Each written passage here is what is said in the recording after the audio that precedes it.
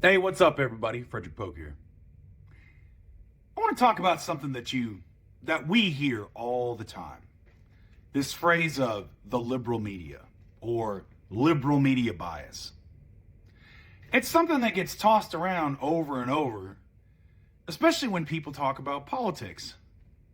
It's this idea that every news outlet is either biased or in the bag for the left or Democrats or progressives or whoever. But what if I told you that's almost entirely not true? And what if I had the receipts to back it up? Let's look at what happened to Jimmy Kimmel last night. So his show, Jimmy Kimmel Live, Kimmel was seen as a liberal guy. His show was pulled after he made comments about Donald Trump and his MAGA gang. Now, you might think, oh, the conservative outrage machine won. But hang on. Let's take a closer look at how this really happened. The pressure to suspend the show didn't come from a big protest. It didn't come from a write-in campaign. It didn't come from anything like that. It came from a huge media conglomerate called Nexstar Media Group. Now, you might not know that name, but they are the biggest owner of local TV stations in the United States. They own over 200 stations, including a whole bunch of ABC ones. What that means is, when Nexstar speaks, the networks listen. Their president said Kimmel's comments were, quote, offensive, and their other stations followed. That forced ABC to take action. And who runs Nexstar? Well, that's a guy named Perry A. Sook. He's the guy who started it, and he's now their CEO. And shocking to no one, public records show that Perry A. Sook is a big donor to Republican politicians. What a surprise. Nexstar's own Political Action Committee, otherwise known as a PAC, PAC, is also mostly on the Republican side. See, PACs are a way for companies to collect money and give it to political campaigns or causes. And a PAC can give a lot of money to a politician, well, more than you and I can. And if that money is the same as speech, like the Supreme Court says it is, then aren't they saying, people with money, that their voice matters more than the rest of us?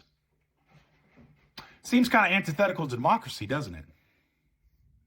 Now, here's where it gets even more interesting. This isn't just about ABC. Nexstar's power goes way beyond that. They own a national news network called NewsNation, which they call a, quote, middle-of-the-road operation. And for political influence, they own The Hill, a news site that everyone in Washington, D.C. reads. So when people say, quote, the liberal media, unquote, we need to challenge them because it's a distraction, because it's simply not true. The truth is that a massive part of our news is corporate owned, making it corporate owned media. So when we call it corporate media, it's not a slur. It's actually an accurate description. Because most of our media is owned and run by billionaires. And evidence shows that these powerful owners and their companies mostly vote for MAGA Republicans. And they also mostly give money, far and away, to MAGA Republicans. This isn't about what a single reporter thinks.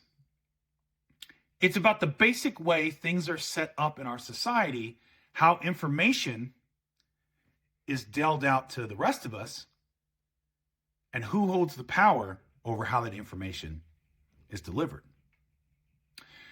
Because when a show like Jimmy Kimmel's can be sidelined because it offends the political goals of a powerful, MAGA-aligned media owner, it shows you the real story.